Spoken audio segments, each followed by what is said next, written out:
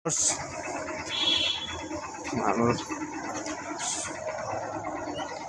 मण्डली चाहिँ यहाँ छ।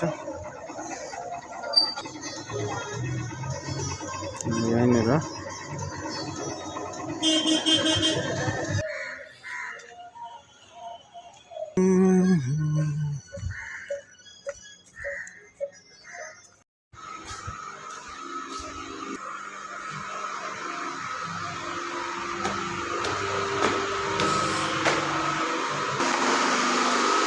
जुनसुकै समय पनि प्रभुको आगमन हुन सक्छ।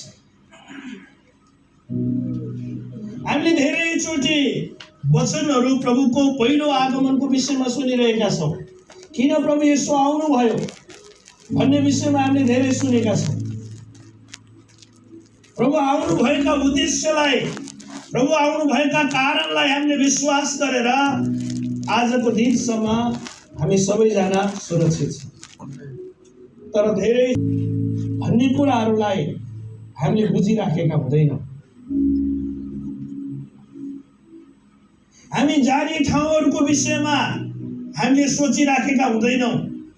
धेरैचोटि हाम्रो हेराइ प्रेजेन्ट मात्रै हुन्छ, तर फ्युचर हुँदैन। वर्तमानमा मात्रै हामीले वर्तमानका कुराहरू मात्रै गरिरहेका हुन्छौँ, भविष्यका कुराहरू हामीले गरिरहेका हुँदैनौँ। हामी जाने ठाउँहरूको विषयमा हामी सोचिराखेका हुँदैनौँ। त्यसै कारणले कतिचोटि हाम्रो इसाई जीवन पनि ल्याङफ्याङै हुन्छ। यहाँ हामीले यो घटनामा हेर्यौँ भने 10 जना दुलैहरूको विषयमा प्रभु येशू ख्रीष्टले भनिराख्नु भएको छ। तर 10 जना दुलैहरू मध्ये 5 जना के थिए त? बुद्धिमान थिए। उनीहरू हर समय तयारी अवस्थामा थिए। के को लागि?